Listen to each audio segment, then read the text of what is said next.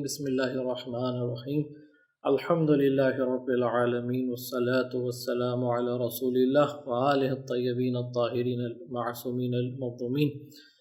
جی ناظرین، بہت شکریہ آج ہمیں اس 11ویں لیکچر کے لیے جوائن کرنے کا، اور ہم جو بحث آپ کے سامنے ابھی پیش کر رہے ہیں وہ اس کتاب کے دوسرے حصہ جو توحید ہے اس کے حوالے سے جو ہے وہ ہم یہاں پر سلسلہ بحث جو آپ کے سامنے پیش کر رہے ہیں۔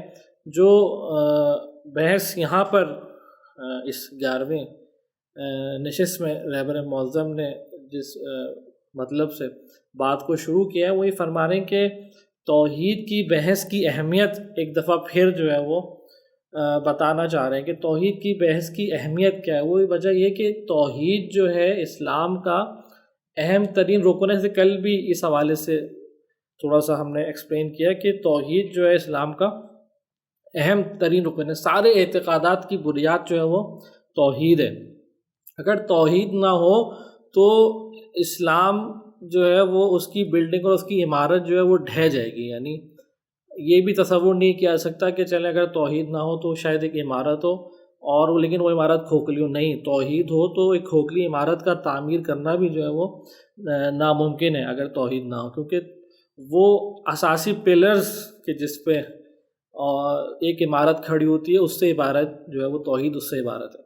تو دوسری بات یہ کہ اس توحید کے اصول کے اندر جو ہے جیسے کل بھی بیان ہوا اہم اجتماعی اور انفرادی اصول چھپے ہوئے ہیں۔ یعنی توحید کے عقیدے کی توحید ایک ایسا عقیدہ ہے کہ جو ایک ہمہ جہت اور جامع عقیدہ ہے۔ یعنی توحید کے قبول کرنے کے بعد اس کے انسان کے اوپر کچھ اجتماعی اور انفرادی وظائف آٹومیٹکلی جو ہے وہ لاگو ہو جاتے ہیں، اور یہ وہ وظائف ہیں کہ جو توحید سے جڑے ہوئے، یعنی توحید کا الٹیمیٹ رزلٹ ہے۔ یعنی جیسے ہی آپ نے توحید کو قبول کیا اسی وقت یعنی سائملٹینیسلی ہم زمان آپ پر جو ہے وہ احکامات لاگو ہونا شروع ہو جائیں گے۔ تو ایک کامل توحید کی پہچان کے لیے توحید پر بحث کرنا مفصل طریقے سے بہت ضروری ہے۔ اس کے ضمن جیسے کل بھی بات ہوئی تھی کہ قرآن کا محور جو ہے وہ توحید ہے، اسلام کا محور توحید ہے۔ اس کے علاوہ جو تیسری وجہ ہے توحید کو تفصیل سے اور گہری نگاہ سے بحث کرنے کی، وہ تیسری وجہ یہ ہے کہ اسلام کی تاریخ میں سب سے زیادہ جس بحث کو نظر انداز کیا گیا ہے ہمارے معاشروں میں، افسوس کے ساتھ وہ جو ایک بحث ہے وہ توحید کی بحث ہے۔ کیوں؟ کیونکہ توحید کی بحث دراصل وہ اساس ہے کہ جو انسان کی آزادی کے لیے ایک رکن کی حیثیت رکھتی ہے۔ یعنی انسان کو آزاد کرنے والی بحث ہے، اور انسان کو ایک آزادی کا تصور دے دی ہے، حقیقی آزادی کا تصور۔ اور تاریخ میں ہمارے جو غاصبانہ حکومتیں رہی ہیں تاریخ اسلام میں، انہوں نے کبھی بھی نہیں چاہا کہ مسلمان جو ہے وہ حقیقی آزادی کی طرف جو ہے وہ جا سکیں، انفرادی آزادی اور اجتماعی آزادی دونوں۔ تو اس لیے توحید وہ ایک ایسی بحث ہے کہ جو ہمیشہ جو ہے وہ مظلوم رہی ہے۔ اب چاہے وہ اہل سنت ہو، مکتب اہل سنت ہو، چاہے وہ مکتب اہل تشیع، اس میں کوئی فرق نہیں کرتا۔ توحید جو ہے وہ دونوں طرف جو ہے وہ ایک مظلومانہ حیثیت کی حامل رہی ہے تاریخ اسلام میں۔ اس لیے توحید پر جو ہے وہ بحث کرنا اہم ہے یہاں پر، اور اس کو ایک جامع اور ہمہ جہت طریقے سے بیان کرنا وہ بہت ایک وائڈر براڈ جو ہے نا اسکوپ میں اور ایک وسیع نقطہ نگاہ سے دیکھنا بھی جو ہے وہ اہم ہے۔ اس لیے جو ہے یہاں پر مفصل طریقے سے توحید کو جو ہے وہ بیان کیا گیا، اس کے مختلف پہلوؤں کو۔ اس لیے ایک آیت سنتے ہیں اور پھر آپ کی خدمت میں حاضر ہوتے ہیں۔ أَفَغَيْرَ اللَّهِ أَبْتَغِي حَكَمًا وَهُوَ الَّذِي أَنزَلَ إِلَيْكُمُ الْكِتَابَ مُفَصَّلًا وَالَّذِينَ آتَيْنَاهُمُ الْكِتَابَ يَعْلَمُونَ أَنَّهُ مُنَزَّلٌ مِّن رَّبِّكَ بِالْحَقِّ فَلَا تَكُونَنَّ مِنَ الْمُمْتَرِينَ۔ جی ناظرین، قرآن سورہ انعام میں بیان کر رہا ہے کہ افغیر اللہ ابتغى حکما وهو الذی انزل علیکم کتاب المفصلا، کہ کیا تم خدا کے علاوہ کسی کو اپنا فیصلہ کرنے والا بناتے ہو؟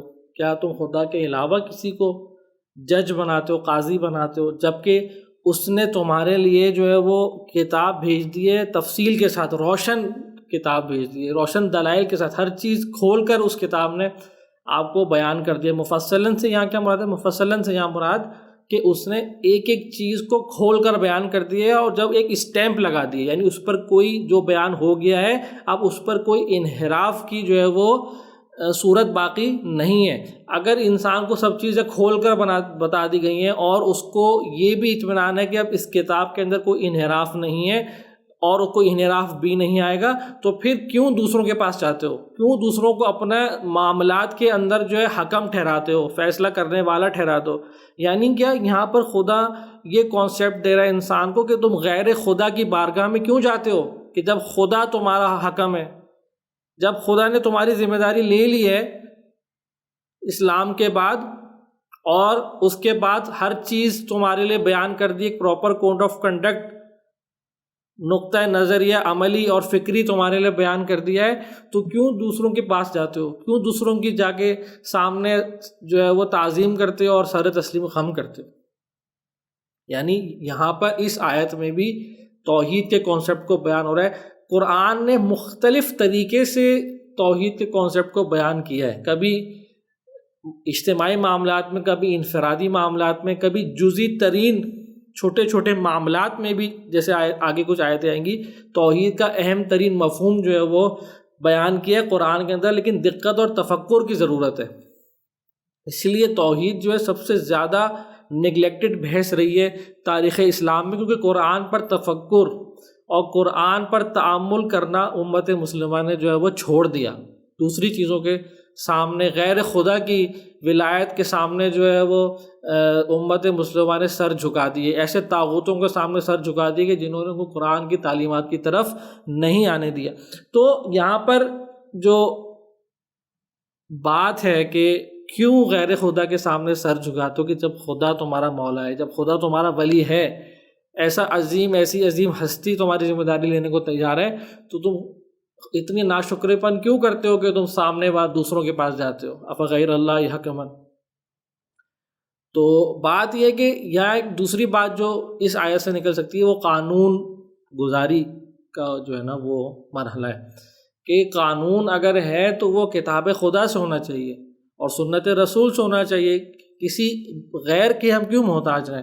کہ جب خدا نے ساری باتیں کتاب میں مفصل طور سے، اور رسول نے اس کے نمائندے کی حیثیت سے، اور ائمہ نے ان کے نائب ہونے کی، رسول کے نائب ہونے کی حیثیت سے ساری چیزیں ہمارے لیے بیان کر دی ہیں، تو ہمیں کسی اور کے قانون کی کیا ضرورت ہے؟ جب ہماری فقہ میں، ہمارے علوم اہل بیت نے، معارف اہل بیت نے ہر چیز کھول کے بیان کر دی ہے، تو ہم دوسروں کے محتاج کیوں ہیں؟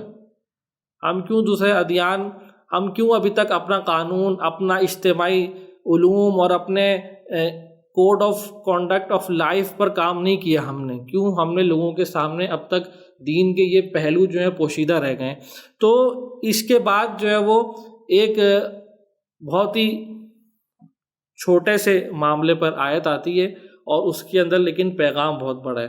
آئیے اس آیت کو سنتے ہیں، پھر واپس آتے ہیں۔ وَلَا تَأْكُلُوا مِمَّا لَمْ يُذْكَرِ اسْمُ اللَّهِ عَلَيْهِ وَإِنَّهُ لَفِسْقٌ۔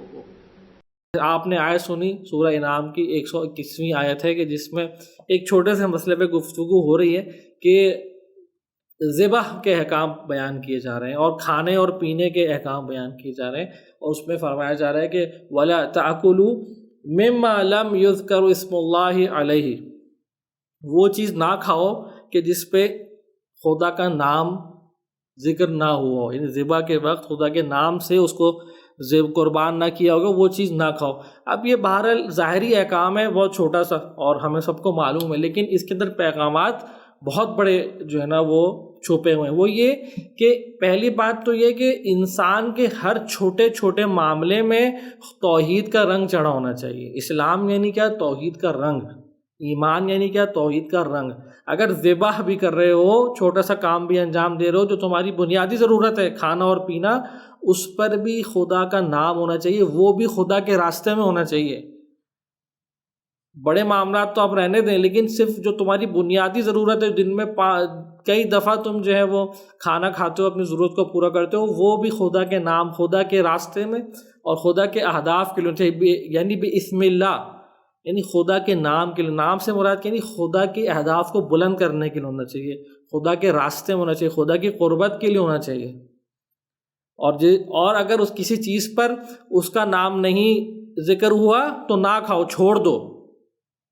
یہاں کیا مفہوم ہے کہ پیٹ پرستی نہ کرو، نفس پرستی نہ کرو. اگر کوئی چیز تمہیں کھانے کا دل چاہ رہا ہے، تمہیں طلب ہو رہی ہے، ضرورت ہو رہی ہے، اس پہ خدا کا نام نہیں ہے، تو خدا کے لیے چھوڑ دو اس کو، خدا کے لیے قربانیاں دو، خدا کے راستے پہ کمیٹڈ ہو جاؤ، گامزن ہو جاؤ پوری طرح. تو یہ آیت بہت بڑا پیغام دے رہی ہے انسان کو کہ اپنے زندگی کے چھوٹے چھوٹے معاملات میں خدائی رنگ چڑھاؤ. کھانے سے زیادہ چھوٹا کام انسان کے لیے کیا ہوگا، آسان کام کیا ہوگا؟ تو جس چیز پر خدا کا نام ذکر نہیں ہو، جو چیز خدا کے راستے میں ذبح نہیں ہوئی ہے یا استعمال نہیں ہوئی ہے، اسے نہ کھاؤ. یعنی یہ جو آیت ہے ظاہری طور سے ایک ظاہری کام ہے، بہت چھوٹا سا حکم ہے ہمارے لیے، فقہی حکم ہے، لیکن اس کے پیغامات ہمارے لیے اگر ہم تفکر کرنا چاہیں تو بہت بلند و بالا پیغامات ہیں. اسی میں یہاں پر ایک عبادت کا مفہوم بیان کیا جا رہا ہے کہ عبادت سے کیا مراد ہے. عبادت کا ایک عامیانہ مفہوم ہے. یہاں پر بھی دو مفہوم آتے ہیں ہمارے سامنے. ایک عامیانہ مفہوم ہے کہ کسی بھی ایک روحانی طاقت کو جو ہے وہ ایک غیر معمولی طاقت کو قابل پرستش سمجھنا، قابل تعظیم سمجھنا، صحیح ہے، اور اس کے سامنے جھک جانا، سجدہ ریز ہو جانا، یا کوئی خاص جو ہے وہ اعمال اور رسومات انجام دے کے اس کی عبادت کرنا. یہ ہمارے ایک عبادت کا مفہوم ہے جو ایک قدیمی مفہوم ہے جو چلا آ رہا ہے، اور جسے ہم کہتے ہیں کہ ایک جو ہے وہ پرانا مفہوم ہے، اور ایک جو ہے وہ ایسا مفہوم ہے کہ جو اکثر عبادت کے حوالے سے ہمارے یہاں پایا جاتا ہے. لیکن عبادت کا یہ صحیح ہے مفہوم، یعنی اس مفہوم میں غلطی نہیں ہے، لیکن یہ بہت کہنا چاہیے آپ کو چھوٹا سا عبادت کا حصہ ہے. عبادت جو ہے وہ ایک براڈر اسپیکٹ میں بھی دیکھی جا سکتی ہے. وہ یہ کہ کسی بھی شخص، کسی بھی طاقت یا کسی بھی چیز کے آگے بے قید و شرط جھک جانا اور کمیٹڈ ہو جانا، اور اس کے لیے سر تعظیم جھکا دینا، سر تسلیم خم ہو جانا، منو ان جو ہے اس کی بات پر عمل کرنا. یہ بھی جو ہے وہ عبادت کا ایک وائڈر پروسپیکٹ ہے. جب انسان عبادت کے اس مفہوم کو لے گا تو توحید اور شرک کا مفہوم جو ہے اس کے لیے بہت وسیع ہو جائے گا، بہت وسیع ہو جائے گا. یعنی صرف یہ نہیں رہے گا کہ مثال کے طور سے فلاں فرقہ، فلاں مذہب جو ہے وہ جانور کی پرستش کرتا ہے، یا فلاں مذہب جو ہے فلاں چیز کی، لکڑی کی یا بتوں کی پرستش کرتا ہے، یا فلاں مذہب جو ہے وہ فلاں نبی کو جو ہے وہ اللہ کا بیٹا مان کر جو ہے اس کو خدا مانتا ہے یا خدا کا شریک ٹھہراتا ہے. تو پھر صرف یہ توحید یا شرک کا مفہوم، معیار صرف یہ نہیں رہے گا. توحید اور شرک کا معیار جو ہے بہت بڑا ہو جائے گا، بہت وسیع ہو جائے گا. اس میں یہ جو ادیان توحیدی بھی ہیں، خدا کو مانتے بھی ہیں، ایک خدا کو بھی مانتے ہیں، وہ بھی ان کے اندر بھی ایک جو ہے چھوٹی چھوٹی لائنیں کھنچ جائیں گی توحید کی. وہ کیا کہ تم ہو سکتا ہے کہ اعتقادی حوالے سے خدا کو خدا مانتے ہو اور اس کا کوئی شریک نہ مانتے ہو، لیکن پھر بھی ہو سکتا ہے کہ تم پوری طرح شرک میں مبتلا ہو. کیوں؟ کیونکہ جیسے کل ہم نے کہا کہ شیطان صرف شخص شیطان نہیں ہے. شیطان ایک نظریے کا نام ہے، ایک سوچ کا نام ہے، ایک راستے کا نام ہے، ایک راستے کا نام ہے. اس پر جو بھی گامزن ہوگا وہ شیطان کہلائے گا، اور جس حد تک گامزن ہوگا اس حد تک اتنا بڑا وہ شیطان ہوگا. اسی طرح یہاں پر بھی اگر انسان عبادت کرے گا خدا کے علاوہ، وہ والی عبادت یعنی اپنے آپ کو برائے فروخت رکھ دینا کسی کے لیے، اب ٹوٹل کمٹمنٹ اپنی کسی کے لیے جو ہے وہ شو کر دینا، یا پوری ڈیڈیکیٹ ہو جانا کسی کے لیے، اپنے آپ کو وقف کر دینا، یہ بھی جو ہے عبادت کے معاملے میں. اب یہ جو یہاں جو انسان براڈر اسپیکٹ میں عبادت کر سکتا ہے وہ مختلف چیزیں ہو سکتی ہیں. وہ سیاسی چیز بھی ہو سکتی ہے، کسی سیاسی کہنا چاہیے نظریے، فکر یا مکتب کا بھی انسان جو ہے وہ اس کی عبادت کر سکتا ہے. مثال کے طور سے سیکولرزم، بہت سارے لوگ جو ہیں سیکولرزم کے قائل ہوتے ہیں. مثال کے طور سے کہ ہم خدا کو مانتے ہیں لیکن پھر بھی ہم عملی پریکٹیکل طور سے سیکولر ہیں. کیونکہ ہم خدا کو تو مانتے ہیں لیکن ہم اس چیز کے قائل نہیں ہیں کہ جو ہے وہ ہم جو ہے وہ اپنے مذہب کو اجتماع میں یا معاشرے کے اندر لا کے دوسروں پر جو ہے وہ حکومت حاکم کریں یا دوسروں پر تھوپیں. حالانکہ یہ بہت غلط تعریف ہے دین سے، یعنی دین سے ان کو آگاہی نہیں، لیکن ہم ان کی بات نقل کر رہے ہیں یہاں پر. یہ جو ہے وہ اب بات یہ کہ وہ شخص جو سیکولر سوچ کا حامل ہے اس طرح کی، وہ خدا کو تو مان رہا ہے، اس لحاظ سے تو وہ توحید کا قائل ہے، لیکن در حقیقت وہ توحید کا قائل نہیں ہے، وہ عبادت کر رہا ہے سیکولرزم کی. کیوں عبادت کر رہا ہے؟ کیونکہ اس نے اپنے آپ کو پوری طرح جو ہے وہ سیکولرزم کے سپورٹ کر دیا، یہاں تک کہ وہ توحید کو کمپرومائز کر رہا ہے. کس کے لیے؟ اپنے سیکولرسٹ نظریے کے لیے. تو کہنا چاہیے ایک مکتب فکر کا بھی انسان عبادت کر سکتا ہے، ایک سوچ کی بھی انسان عبادت کر سکتا ہے اور شرک میں مبتلا ہو سکتا ہے. اور اسی طرح جو اگر ہم کہہ سکتے ہیں عبادت کے مفہوم میں، تو کسی مذہبی، ایسا نہیں کہ مذہب کے نام پر انسان شرک نہیں کر سکتا، کسی مذہبی چیز کے نام پر بھی انسان اگر تعصب کا شکار ہو جائے اس مذہبی چیز کے لیے، تو انسان خدا کے سامنے اس کو ٹھہرا دیتا ہے، خدا کی جگہ پر اس کو لے آتا ہے. کوئی مذہبی ادارہ ہے، کوئی مذہبی سیاسی ادارہ ہے، مذہبی سیاسی موومنٹ ہے، کوئی مذہب کے نام پر کوئی بہت ساری چیزیں ہو سکتی ہیں، تو وہ بھی انسان کے لیے شرک کا باعث بن سکتی ہیں. اسی طرح اجتماعی معاملات میں کسی کا باس ہو سکتا ہے، کسی کی بیوی ہو سکتی ہے، کسی کے لیے مال و دولت، زیور سکے ہو سکتے ہیں. انسان جو ہے وہ ان کے لیے ان کی عبادت کر سکتا ہے کہ انسان اگر آپ کو پوری طرح ہر چیز بیچنے کے لیے، ہر چیز قربان کرنے کے لیے کسی چیز کے لیے تیار ہو جائے، تو وہ پھر اس کا مطلب ہے کہ وہ اس کی عبادت کر رہا ہے. اور اسی مفہوم کو قرآن نے جو ہے وہ ہمارے لیے بیان کرنا چاہا ہے مختلف جگہوں پہ، کہ ایک حدیث میں جو ہے وہ بیان ہو رہا ہے. کیا بیان ہو رہا ہے؟ کہ من اصغى الى ناطق فقط عبدہ، کہ جو شخص کسی بھی بولنے والی ہستی ذات کی طرف یا شخص کی طرف متوجہ ہو جاتا ہے، یہاں تک کہ بالکل اپنے کانوں کو اس کے سپرد کر دیتا ہے، تو اس نے یہ ایسے کہ اس نے اس کی عبادت کی ہے. یعنی گویا اس نے اس کی عبادت کی ہے. اس نے اگر اپنے آپ کو پوری طرح، اپنے کان، اپنے سماعت، اپنا وجود اس کو دے دیا ہے، تو گویا اس نے اس کی عبادت کر لی ہے. آگے کیا حدیث بیان کر رہی ہے؟ فَإِن كَانَ النَّاطِقُ عَنِ اللَّهِ عَزَّ وَجَلَّ فَقَدْ عَبَدَ اللَّهِ، اگر وہ بولنے والا وہ خدا کی بات بیان کر رہا ہے اور خدا کے احکامات کو بیان کر رہا ہے، خدا کے اہداف کو بیان کر رہا ہے، اس کے راستے میں بول رہا ہے، اور آپ نے اپنا سب کچھ اس کو ڈیڈیکیٹ کر دیا ہے، تو فقط عبد اللہ، گویا اس نے صرف خدا کی عبادت کی. اس نے شخصی عبادت نہیں کی، گویا اس نے خدا کی بات، کیونکہ خدا کی بات کو منتقل کر رہا ہے وہ در حقیقت، نہ ہی کہ وہ اپنی جیب سے اپنی طرف سے بول رہا ہے. اس کے بعد حدیث کیا بول رہی ہے؟ وَإِن كَانَ النَّاطِقُ، اور اگر یہ بولنے والا يَنطِقُ عَن لِسَانِ إِبْلِيسِ، اور اگر یہ بولنے والا ابلیس کی زبان سے بول رہا ہے، ابلیس کی احکامات کو بیان کر رہا ہے، ابلیس کے راستے کو، اس کے پروپیگنڈے کو، یا اس کے جو ہے وہ اہداف کو آگے بڑھا رہا ہے،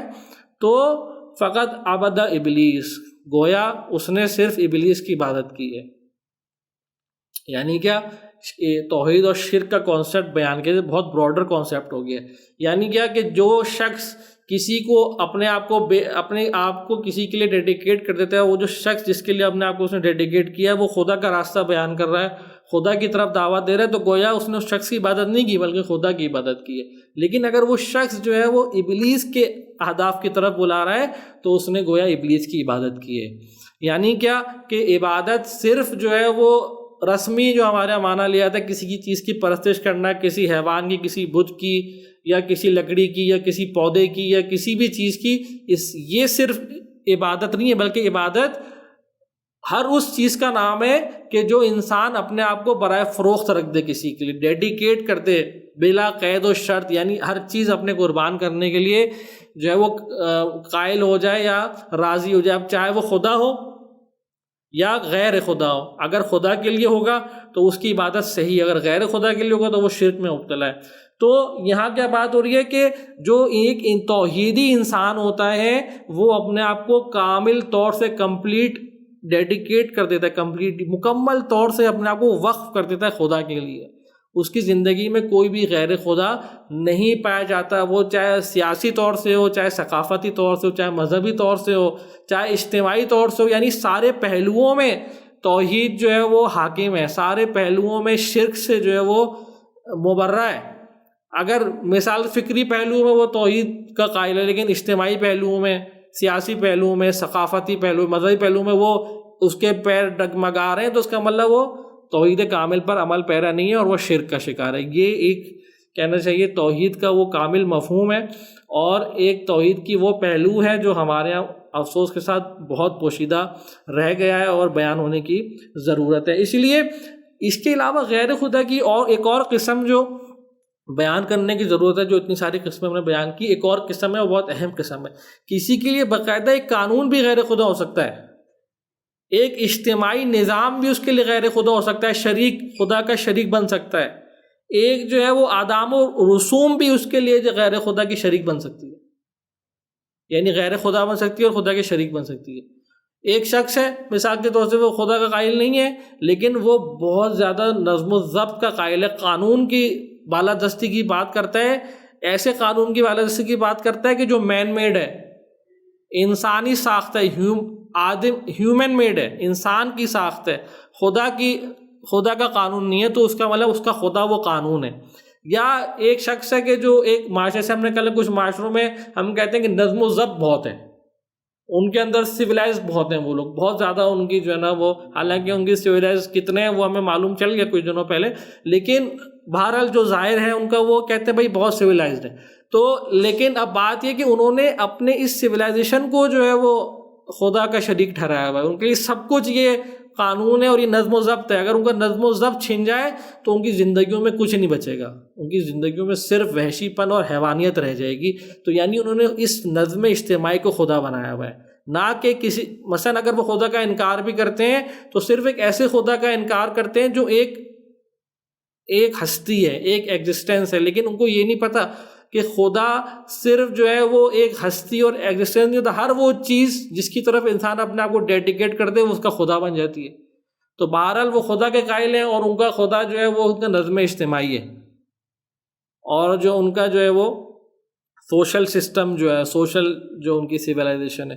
اس کے بعد جو آداب و رسوم ہے، یہ ہمارے لیے، ہمارے معاشرے کے لیے یہاں بڑا اہم نقطہ ہے کہ جو آداب و رسوم ہے، کبھی کبھار آداب و رسوم کا ہونا بری بات نہیں ہے، لیکن بہت سارے آداب و رسوم ہیں جو توحیدی رنگ سے ٹکراتے ہیں، جو توحیدی تعلیمات سے، اسلامی تعلیمات سے ٹکراتے ہیں۔ ان آداب و رسوم کو اگر انسان بت بنا لے، توحید قربان کر دے ان کی وجہ سے، تو یہاں وہ شرک کا شکار ہوا ہے۔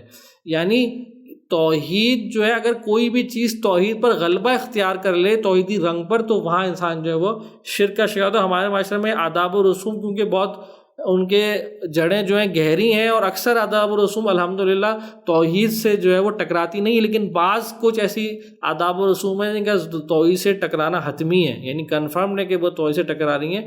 تو ظاہر سی بات ہے، ہمیں چاہیے کہ ان کے حوالے سے احتیاط برتیں اور ان کو ترک کرنے کی کوشش کریں تاکہ شرک کا ہم شکار نہ ہو سکیں۔ اسی لیے سارے انبیاء جو آئے ہیں، سارے انبیاء وہ ایک پیغام لے کر آئے ہیں، صرف ایک، سارے انبیاء صرف ایک تعلیمات لے کر آئے، اور کوئی دوسری تعلیم لے کر نہیں آئے، اور وہ کیا ہے؟ توحید کی تعلیم۔ کیونکہ توحید کی تعلیم صرف وہی ایک نسخہ ہے، صرف وہی توحید ایک نسخہ کیمیا ہے کہ جو انسان کو حقیقی طور سے آزاد کر سکتا ہے۔ انسان کو اگر آزادی چاہیے تو توحید کے علاوہ کوئی اس کے لیے پاس نسخہ کیمیا نہیں ہے، توحید کے علاوہ کوئی اور نسخہ اس کے لیے کارگر ثابت ہو ہی نہیں سکتا، کیونکہ انسان کی جو اصلی قیمت ہے وہ ہے ہی توحید۔ وَيَضَعُ عَنْهُمْ إِصْرَهُمْ وَالْأَغْلَالَ الَّتِي كَانَتْ عَلَيْهِمْ۔ اور قرآن جو ہے ارشاد فرما رہا ہے کہ وَيَصْنَعُ عَنْهُمْ إِصْرَهُمْ وَالْأَغْلَالَ الَّتِي كَانَتْ عَلَيْهِمْ، یعنی انبیاء کیوں ہے کہ انسان کو جو ہے اس زنجیروں سے اور ان جو ہے وہ توقوں سے جو ہے وہ نجات دلائے جو ان کے اوپر پڑے ہوئے تھے۔ اسی لیے جو ہے وہ قرآن نے جو ہے وہ اپنا نسخہ کیمیا جو ہے وہ، قرآن کیوں نسخہ کیمیا؟ کیونکہ قرآن جو ہے وہ توحید کی طرف دعوت کر رہا ہے، قرآن کا نچوڑ جو ہے توحید ہے، اور یہاں پر رہبر جو ہے پھر بات کرتے ہیں قرآن کی فضیلت اور قرآن سے مانوسیت اختیار کرنے کے حوالے سے کہ ہمارے معاشروں میں قرآن کو جو ہے پیچھے دھکیل دیا گیا، قرآن کی طرف ہم نے پشت کر لی ہے۔ اب بعض لوگوں نے ظاہر قرآن کو پکڑ لیا ہے اور حقیقت قرآن کی طرف پشت کر لیا، قرآنی تعلیمات کی طرف پشت کر لی، رٹے لگانے میں یاد کرنے میں سب سے آگے ہیں، لیکن تعلیمات سے غور و فکر کرنے کے دروازے بند کر دیے، کہہ دیے بھی قرآن ہم نہیں سمجھ سکتے، قرآن جو ہے ایک بالا ترین مخلوق ہے خدا کی، اور ہم صرف معصوم یا انبیاء اسے سمجھ سکتے ہیں۔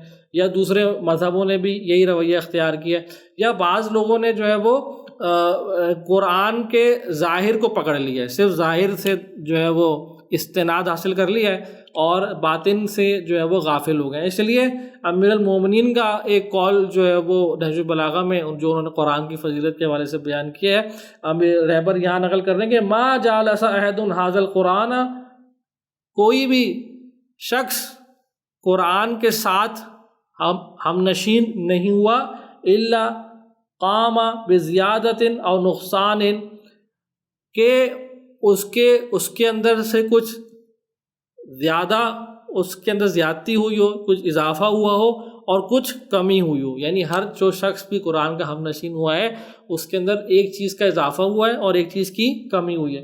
اور اس کے بعد کیا بیان کر رہے ہیں، زیادت فی ہدا، اور اضافہ کس چیز میں، ہدایت میں، اور نقصان من عما، اور کمی کس میں آئی ہے، اندھے پن میں، بینائی کی کمی میں کمی آئی ہے، یعنی بصیرت میں اضافہ ہوا ہے۔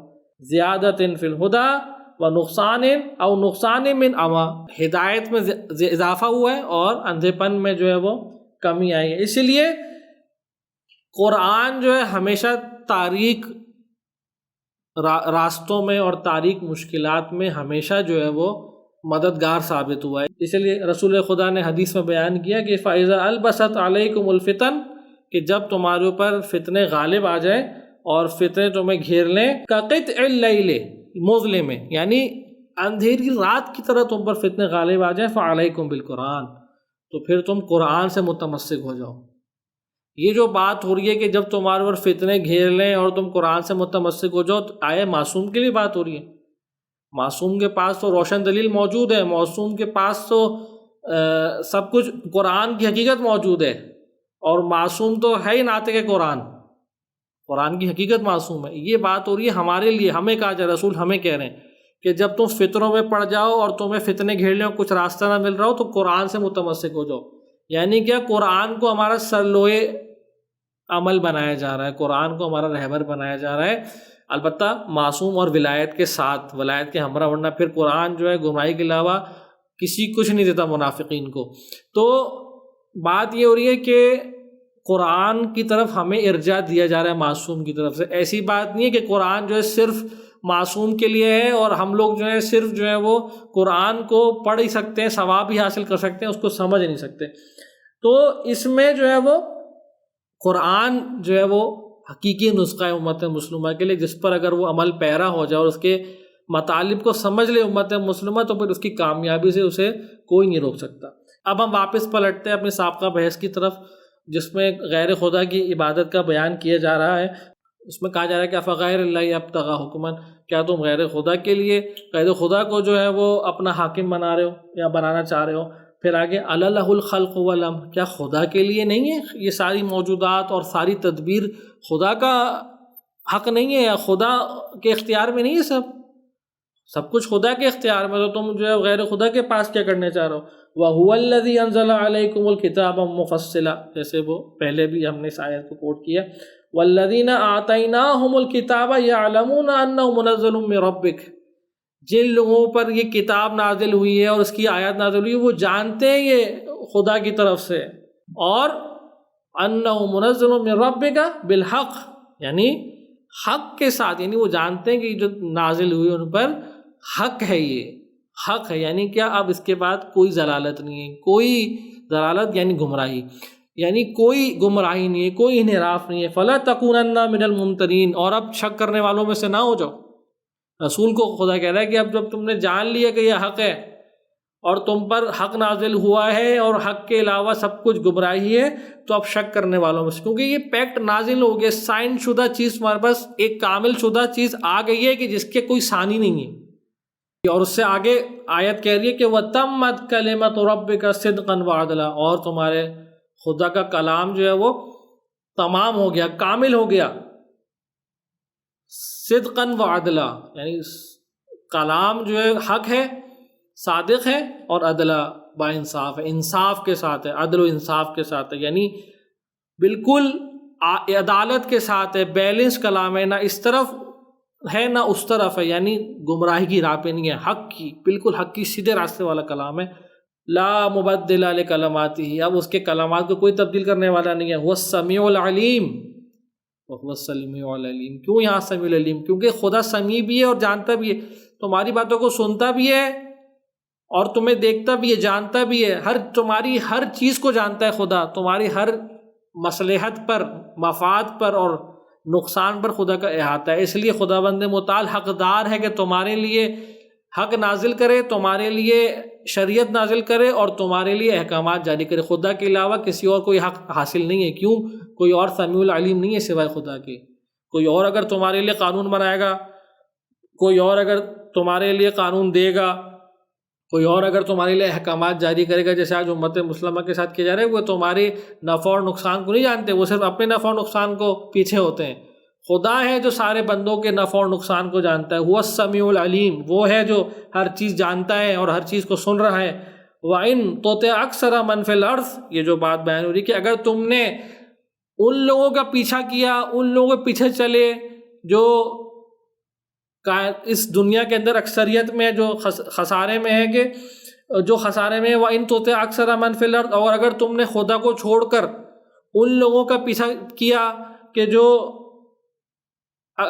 کثرت میں ہے اس دنیا میں، جو خسارے میں، جو گمراہ ہیں، وَإِن تُطِعْ أَكْثَرَ مَنْ فِي الْأَرْضِ يُضِلُّوكَ عَنْ سَبِيلِ اللَّهِ، تمہیں خدا کے راستے سے وہ گمراہ کر دیں گے، جیسا کہ ہو رہا ہے۔ اگر ہم خدا کو چھوڑ کے بندوں کے پیچھے لگ جائیں گے کہ بھائی ہم اکثریت کے پیچھے لگ جائیں گے، یہ اکثریت بھی بہت بڑا شرک ہے۔ بہت سارے لوگ اکثریت کو دیکھ کے اپنا ٹریک چینج کر لیتے ہیں، حالانکہ انہیں پتہ ہوتا ہے کہ میں حق پر ہوں، لیکن اکثریت ان کے سامنے اتنی بڑی خدا بن جاتی ہے کہ اپنا صحیح ٹریک چھوڑ کے اپنی قلت کو دیکھ کے ان کے جو ہے وہ پیر لڑکھڑانا شروع ہو جاتے ہیں اور وہ اپنا ٹریک چینج کر لیتے ہیں۔ کیوں؟ کیونکہ میں تو اکیلا رہ جاؤں گا، میں تنہا رہ جاؤں گا، ہم 3-4 رہ جائیں گے، ہم کیسے جو ہے وہ اپنے زندگی گزاریں گے؟ تو اس لیے میں جو ناحق کی طرف چلے جاؤں، حق کو سمجھتے ہوئے، پہچانتے ہوئے جو ہے وہ خدا کا راستہ چھوڑ دیتے ہیں۔ یضلوک عن سبیل، تمہیں خدا کے راستے سے منحرف کر دیں گے۔ ان یتبعون الا الظن، اور جو تمہیں منحرف کریں گے، جو منحرفین ہیں ان کے پاس حق نہیں ہے، وہ صرف کچھ باتیں انہوں نے جو ہے اپنے ذہن میں جو ہے وہ تخیلات اور ان کے وہم و گمان کے پیچھے چل رہے ہیں، وہ وسوسوں کے پیچھے چل رہے ہیں، کوئی حقیقت نہیں ہے ان کے پاس۔ خدا کا منکر ہے، اس کے پاس خدا کے انکار کی دلیل نہیں ہے، خدا کے انکار کو اس کے پاس صرف جو ہے اس کے وہم و گمان ہے، اس نے جو ہے وسوسے اپنے ذہن میں بنائے ہوئے بادل کی طرح، اور وہ کبھی بھی آرام سے جو ہے وہ چھٹ جائیں گے۔ اور وَإِنْهُمْ إِلَّا يَخْرُصُونَ، صرف جو ہے وہ تخمینہ لگا رہے ہیں، کوئی دلیل نہیں ہے ان کے پاس، صرف وہ شک میں مبتلا ہیں۔ ایمان کیونکہ ان کا مضبوط نہیں ہے تو وہ بھی منحرف ہو جاتے ہیں اور پھر تمہیں بھی منحرف کر دیتے ہیں صرف شک کی بنیاد پہ۔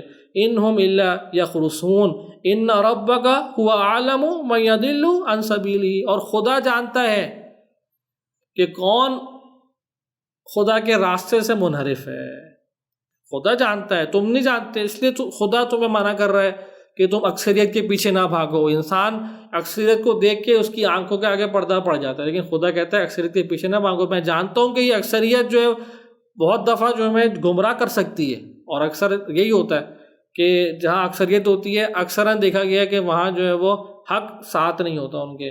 وَهُوَ أَعْلَمُ بِالْمُهْتَدِينَ، اور خدا مہتدین کو بھی جانتا ہے، خدا جو ہے وہ ان کو بھی جانتا ہے کہ جو ہدایت پا گئے، اس لیے تو خدا تمہیں کہہ رہا ہے کہ مہتدین کے ساتھ رہو، ان کے ساتھ رہو کہ جن کے اوپر حق نازل ہوا ہے۔ فَكُلُوا، پھر واپس وہ آیت آ جاتی ہے ذبح کی، فَكُلُوا مِمَّا ذُكِرَ اسْمُ اللَّهِ عَلَيْهِ إِن كُنتُم بِآيَاتِهِ مُؤْمِنِينَ، اگر تم ایمان رکھنے والے ہو، خدا کی آیت پر ہو، تو صرف وہ چیز کھاؤ گے جس پہ خدا کا ذکر ہوا ہے، یعنی کیا؟ اپنے سب کچھ اپنی زندگی، اپنا اٹھنا، اپنا بیٹھنا، اپنا کھانا، اپنا پینا، اپنا سونا سب خدا کے لیے وقف کر دو۔ یہ کھانا جو ہے صرف ایک یہاں سمبولک طور سے جو ہے وہ ہمارے سامنے جو ہے وہ پیش کیا گیا ہے، ورنہ کیونکہ کھانا جو ہے انسان کی سب سے اہم ترین ضرورت ہے بقا کے لیے دنیاوی زندگی میں، اس لیے جب وہ چیز نام خدا کے بغیر شروع کرنے کو خدا منع کر رہا ہے تو بقیہ چیزوں کا حکم تو ہمارے لیے معلوم ہے، بقیہ چیزیں تو ہمارے لیے پھر واضح ہونی چاہیے۔ اور اس میں خدا سے کیا مراد ہے؟ خدا کا راستے سے پہلے میں مفصلاً اس حوالے سے بیان کر چکا ہوں، اس لیے ہم یہاں پر ریپیٹ نہیں کرنا چاہیں گے۔ اس لیے آگے جو ہے ان کنتم بآیاتی مؤمنین وما لکم الا تاکلوا مما ذکر اسم اللہ علیہ، کیوں کھاتے ہو وہ چیز کے جس پر خدا کا اسم یا خدا کے نام سے جو ہے وہ ذبح نہ ہوئی ہو۔ اللہ تاکلوا، کیا ہو گیا تمہیں؟ وما لکم اللہ تاکلوا مما ذکر اسم اللہ علیہ، کہ تمہیں کیا ہو گیا کہ جو تم وہ نہیں کھاتے ہو کہ جس پر خدا کا نام جو ہے پڑھا گیا۔ وما لکم اللہ تاکلوا مما ذکر اسم اللہ علیہ، کیا ہو گیا کہ تم وہ چیز نہیں کھا رہے ہو کہ جس پر جو ہے خدا کا نام پڑھا گیا ہے۔ وقد فصل لکم ما حرم علیکم الا ما اضطررتم الیہ، جبکہ اس نے تمہیں تفصیل کے ساتھ بیان کر دیا کہ تمہارے لیے کیا حلال ہے اور تمہارے لیے کیا حرام ہے، اور حرام صرف موقع اضطرار کے اوپر مجبوری کی حالت میں جو ہے وہ کھانا جائز ہے۔ اور اگر تم لیکن تم کیا اختیار کر رہے ہو کہ تم جو ہے وہ چیز کھا رہے ہو کہ جس پہ خدا کا نام نہیں پڑا گیا، یعنی کیا تم اس غیر خدا کی اطاعت کر رہے ہو، کھانے میں، پینے میں، اٹھنے میں، سونے میں، پہننے میں، آداب و رسوم میں۔ وَإِنَّ كَثِيرًا لَيُضِلُّونَ بِأَهْوَائِهِمْ بِغَيْرِ علم، اور اگر تم غیر خدا یعنی کثرت کے پیچھے جاؤ گے، غیر خدا، کثرت بھی غیر خدا ہے، اگر کثرت کے پیچھے جاؤ گے تو وہ کثرت والے لوگ جو ہیں، جو زیادہ ہیں، جن کا ایک جم کٹا ہے بہت زیادہ، وہ تمہیں تمہارے راستے سے تمہیں منحرف کر دیں گے بغیر علم، یعنی ان کے پاس کوئی علم ہی نہیں، سے بیان کیا صرف ظن ہے ان کے پاس۔ ان ربک هو اعلم بالمعتدین وذروا ظاہر الاثم وباطنہ، اور چھوڑ دو، پھر آگے قرآن بڑی خوبصورتی سے بیان کر رہا ہے، اور چھوڑ دو آشکارا گناہ اور پوشیدہ گناہ۔ آشکارا گناہ بیان کر دیا کہ بھائی ایسی چیز نہ کھاؤ کہ جس پہ نام خدا نہ ہو، لیکن پوشیدہ گناہ کیا ہے؟ اسی حکم کے اندر پوشیدہ بھی گناہ موجود ہے، وہ کیا کہ کسی بھی چیز میں غیر خدا کی اطاعت نہ کرو، باطن میں اپنا کوئی خدا نہیں بناؤ، کوئی اپنا پوشیدہ خدا نہیں بناؤ، کوئی خدا کا شریک نہ ٹھہراؤ، ہر براڈر اسپیکٹ میں ہر چیز جو وہ غیر خدا بن سکتی ہے۔ وَذَرُوا ظَاهِرَ الْإِثْمِ وَبَاطِنَهُ إِنَّ الَّذِينَ يَكْسِبُونَ الْإِثْمَ سَيُجْزَوْنَ بِمَا كَانُوا يَفْتَرُونَ، اور جو لوگ گناہ کریں گے اور گناہ اختیار کریں گے اور گناہ حاصل کریں گے، گناہ کے پیچھے پڑیں گے، اس کے کسب کریں گے، وہ بہت نزدیک جو ہے وہ اپنی جزا پائیں گے۔ جو کچھ انہوں نے اپنے خیال سے جو انہوں نے بنایا ہے اور اپنے غلط خیالوں کے پیچھے وہ بھاگے ہیں، وہ بہت جلد ان کو ان کی جزا نظر آئے گی۔ وَإِنَّ الشَّيَاطِينَ لَيُوحُونَ إِلَىٰ أَوْلِيَائِهِمْ لِيُجَادِلُوكُمْ، اور شیطان جو ہیں اپنے دوستوں کی طرف وحی کرتے ہیں، صرف خدا وحی نہیں کرتا، شیطان بھی وحی کرتے ہیں۔ کس کی طرف؟ اپنے دوستوں کی طرف، ان کو الہام کرتا ہے شیطان۔ وسوسے جو آتے ہیں یہ شیطانی الہامات ہوتے ہیں، یہ شیطانی وحی ہوتی ہیں۔ کبھی کبھار انسان جب غلط راستے پہ ہوتا ہے تو اسے ایسی ایسی باتیں منکشف ہو جاتی ہیں کہ اس کا ذہن بہت تیز ہو جاتا ہے، برائی بڑے آسانی سے وہ انجام دے دیتا ہے، اس کی سکس سینس جو ہے وہ بہت تیز ہو جاتی ہے۔ تو وہ کیا ہوتا ہے؟ وہ شیطان کے الہامات اس پر جو ہے وہ آ رہے ہوتے ہیں۔ کیوں شیطان کے الہامات؟ کیونکہ وہ خدا کی ولایت سے نکل کے شیطان کی ولایت کے، شیطان کے پرچم تلے آ گیا۔ تو اب شیطان کیا ہوتا ہے؟ اپنے دوستوں کو وحی کرتا ہے، اپنے دوستوں کو الہام کرنا، یا وہی الہام کے معنی میں، نہ کہ وہ قرآنی وحی کے معنی میں۔ الہام کرنا شروع، شیطان ان کے دلوں میں وسوسے ڈالتا ہے۔ وَإِنْ أَطَعْتُمُوهُمْ إِنَّكُمْ لَمُشْرِكُونَ، اور اگر تم نے ان کے پیچھے چلے کہ جو لوگ شیطان کے پیچھے چل رہے ہیں، جو لوگ غیر خدا کے راستے پر چل رہے ہیں، اور اگر تم ان کے پیچھے چلے تو تم کیا ہو جاؤ گے؟ مشرکون ہو جاؤ گے، تم مشرک ہو جاؤ گے۔ یعنی کیا؟ شیطان جو ہے صرف وہ ایک ابلیس نہیں ہے، شیطان جو ہے صرف بت اور گائے اور پودے اور وہ چیز نہیں، بس شیطان انسان بھی شیاطین ہے۔ انسان کو بھی خدا جو ہے یہاں پر شیاطین بول رہا ہے، خود یہ شیاطین کا صیغہ جمع میں استعمال ہو رہا ہے، یعنی کیا؟ بہت سارے شیاطین، اب جو ہے وہ خدا ہمیں منظر دکھا رہا ہے کس چیز کا، کہ جب قیامت میں وہ لوگ حاضر ہوتے ہیں کہ جو لوگ غیر الہی عبادت کے پیچھے جو ہے وہ چل رہے ہوتے ہیں، غیر الہی شریک کو انہوں نے اپنا خدا بنایا ہوا۔ وَأُزْلِفَتِ الْجَنَّةُ لِلْمُتَّقِينَ، اور جو ہے وہ جنت جو ہے وہ متقین سے بھر جائے گی۔ اور وَبُرِّزَتِ الْجَحِيمُ لِلْغَاوِينَ، اور جہنم جو ہے، جہنم کا آخری درجہ جو ہے وہ للغاوین، گمراہوں کے لیے جو ہے وہ ظاہر ہو گیا، نزدیک ہو گیا۔ اس کے بعد یعنی کیا، غاوین سے کیا مراد ہے؟ غاوین سے مراد ہے کہ جو لوگ گمراہ ہو گئے، جو لوگ اغوا ہو گئے شیطان کے ہاتھوں۔ وَقِيلَ لَهُمْ أَيْنَ كُنْتُمْ تَعْبُدُونَ مِن دُونِ اللَّهِ، جب وہ غاوین آئیں گے قیامت میں، ان سے کیا کہا جائے گا، کہاں تھے تم خدا کے علاوہ، کس کے پیچھے بھاگ رہے تھے، کس کی عبادت کر رہے تھے؟ هَلْ يَنْصُرُونَكُمْ أَوْ يَنْتَصِرُونَ، آیا وہ تمہاری مدد کریں گے یا خود وہ اس مدد کے محتاج ہیں، ابھی خود وہ پھنسے ہوئے، وہ تمہاری مدد کا کریں گے، وہ خود مشکل کا شکار ہیں۔ یہاں پہ خود ایک دلیل بن رہی ہے کہ او ینصرونکم او ینتصرون، یعنی خود یہ لوگ انسان ہیں کیونکہ انہیں مدد کی ضرورت ہے، کیونکہ بتوں کو تو مدد کی ضرورت ہی نہیں ہے، ان کے اندر جان نہیں ہے کہ انہیں وہ مدد کریں یا ان کو مدد کی ضرورت ہو، ان کے کوئی حساب و کتاب نہیں ہے۔ تو فَكُبْكِبُوا فِيهَا هُمْ وَالْغَاوُونَ، پھر ان کو ڈال دیا جائے گا آتش جہنم میں، کن کو؟ ان لوگوں کو جو شریک خدا ٹھہرے ہوئے، جو خدا بن بیٹھے تھے اور جو اغوا ہو چکے تھے ان کے ذریعے۔ وَجُنُودُ إِبْلِيسَ أَجْمَعُونَ، کہ یہ دونوں طبقے، وہ دونوں ابلیس کے لشکر میں سے ہیں۔ اللَّهِ إِن كُنَّا لَفِي ضَلَالٍ مُبِينٍ، اب جب ان کے لیے حق واضح ہو گیا اور ایسا واضح ہوا کہ وہ خدا کی قسمیں کھا رہے ہیں، تاللہ ان کننا لفی ضلال مبین، خدا کی قسم ہم گمراہی میں تھے دنیا میں۔ اذ نسویکم برب العالمین، کہ تم لوگوں کو اے شریکان خدا ہم نے تم لوگوں کو خدا کے مقابل قرار دیا۔ وما اضلنا الا المجرمون، اور ہمیں گمراہ نہیں کیا مگر مجرموں نے۔ فما لنا من شافعین، اور آج ہمارے کوئی شفاعت کرنے والا نہیں ہے۔ کیوں؟ کیونکہ ہم نے خدا کا شریک بنایا۔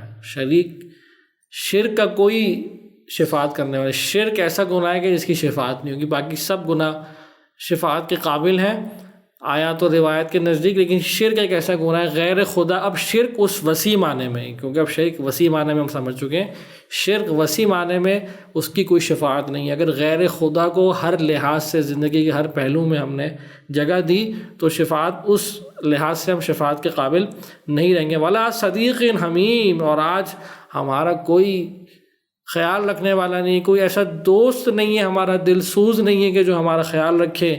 فَلَوْ أَنَّ لَنَا كَرَّةً فَنَكُونَ مِنَ الْمُؤْمِنِينَ، اور اگر ہمیں پلٹا دیا جائے واپس دنیا میں تو ہم مومن بن جائیں گے، ایمان والے بن جائیں گے۔ إِنَّ فِي ذَلِكَ لَآيَةً، اور اس قصے میں، اس آیات میں، یہ جو جہنم کا منظر پیش کیا گیا، اس کے اندر آیات نشانی ہے۔